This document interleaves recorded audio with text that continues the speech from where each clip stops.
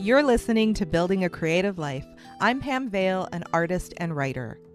This podcast is about the small, often overlooked ways creativity shows up in real life, in what we notice and in what we choose to respond to. Here you'll find conversations and reflections shaped by curiosity, not instruction. No expectations, nothing to master. Just room to pay attention and trust where that leads.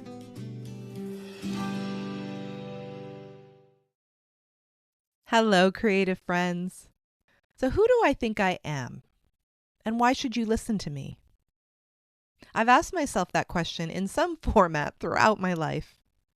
Before starting this podcast, before talking to a client, before beginning a project of my own, before hitting send on a newsletter, before showing up to an event. That voice that says, "Really? Why you? Who's going to care? What makes you so special?" And I don't think I'm alone in that unproductive internal dialogue. I think it's universal and felt by many. But really, why listen to me? There are tangible reasons I could give you. I could list my accolades, my years of experience, share interesting projects, successes in the art world, personally and professionally, wins I've had helping other people. But honestly, what does that really mean when it comes to creativity? Not that much. Yes, experience matters. I've had almost 40 years of experience as a professional artist, and I've worked with people from all walks of life throughout the world. I've heard their creative fears and their challenges, their desires and their celebrations. But what does that give me? That gives me scope. It gives me perspective. And it gives me data. But creativity is not a hierarchy. The value is in the doing. Someone with less experience can absolutely create something powerful and meaningful. They often do. Experience should not always be the deciding factor when you are looking for someone to help you ignite your creativity or reconnect with it. So instead of listing credentials, I want to talk about who I am and how that might help you. I've been a creative my entire life, long before I even knew what creativity was. I don't remember a time when art was not a deep and meaningful part of me and my daily life. Making clothes for my dolls, coloring in a way that pleased me, entering art contests, exhibiting at craft fairs, doing theater and taking dance, learning instruments, reading, writing. Everything in my life has involved creativity in some way. Because I've been doing it for so long and because I've been so multi-passionate, I have a wide range of exploration behind me. I've also lived through different eras. I created long before we had access to technology that we have now. I built things without comprehensive tutorials at my fingertips. I've learned in person and hands-on, and that shapes you. It builds a different kind of creative muscle.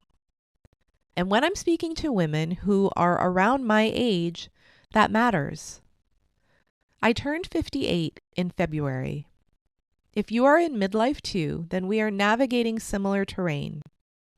Physical changes, empty nesting, becoming a grandparent, caring for aging parents, shifting identities, and rethinking what fills our days and what we want to spend our time and our energy on. Creativity fits differently now. It has to. But even if you are younger or at a different life stage, finding your creative path is vital. I care deeply about the message that creativity is a lifestyle. I live it, and I always have. Long before social media compelled us to share everything, I was teaching in-person classes and sharing projects, inviting people into what I was learning, holding space for exploration and self-discovery. When Facebook came along, I shared travel itineraries and detailed plans, the process behind my projects, the beauty I found, and the way I found it. This is how I live, and it's accessible to everyone. Sometimes it gets buried. Maybe you were criticized. Maybe life got in the way. Maybe you found success in another area and creativity got sidelined. Maybe something was shut down. Maybe other things in your life needed more attention. But creativity doesn't disappear. It doesn't run out. It doesn't judge. It's not something you have to buy. It's not something you have to earn. It's not even something you have to ask for. It's already inside of you. Sometimes you just need help finding it again, or maybe redefining it for who you are now. Because who you were 5, 10, 20 years ago is not who you are today. Even if you were creative before, this, today, is new.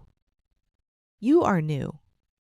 I'm not the same person I was before starting this podcast, or my Substack newsletters, or before I had kids or got married, or traveled widely. What used to interest you might not interest you now. And that's not failure, that's growth. In midlife, I have noticed I care less about what other people think.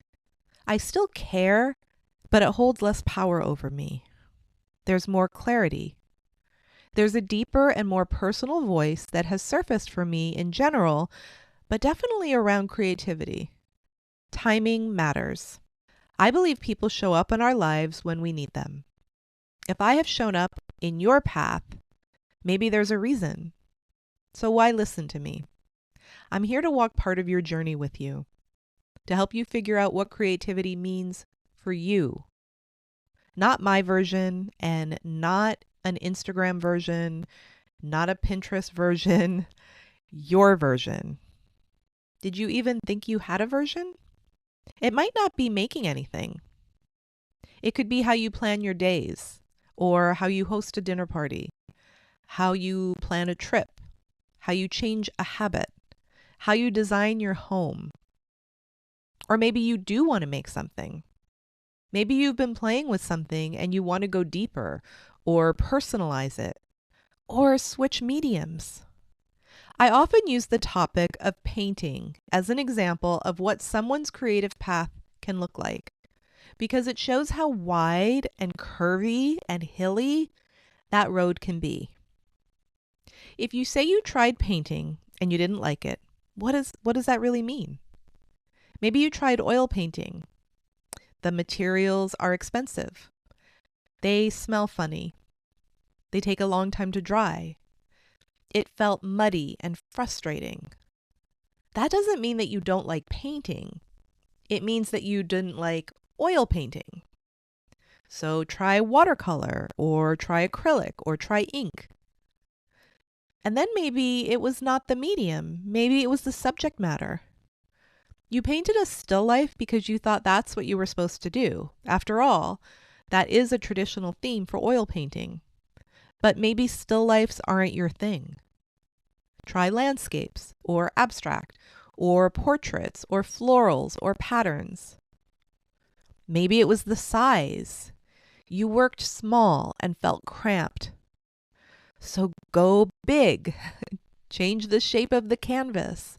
Work on fabric, or wood, or metal, or glass. From one creative outlet, painting, there are dozens of offshoots. That is the kind of creative problem solving and investigation I love. That is where my creativity thrives, not just in making my own work, but in helping you find the path that lights you up, helping you find the time, or the resources, or the courage, the mediums, or the examples, or even just simply what works for you. So who do I think I am? I'm someone who has lived creativity for a lifetime. Someone who cares deeply about helping you begin again or begin for the first time. I'm here to help you build to help you explore and to help you find the version of creativity that fits your life now. Thank you for being here. I hope something from today's conversation stays with you in a quiet way. If this episode felt meaningful, you're welcome to follow the podcast or pass it along to someone who might enjoy it. Until next time.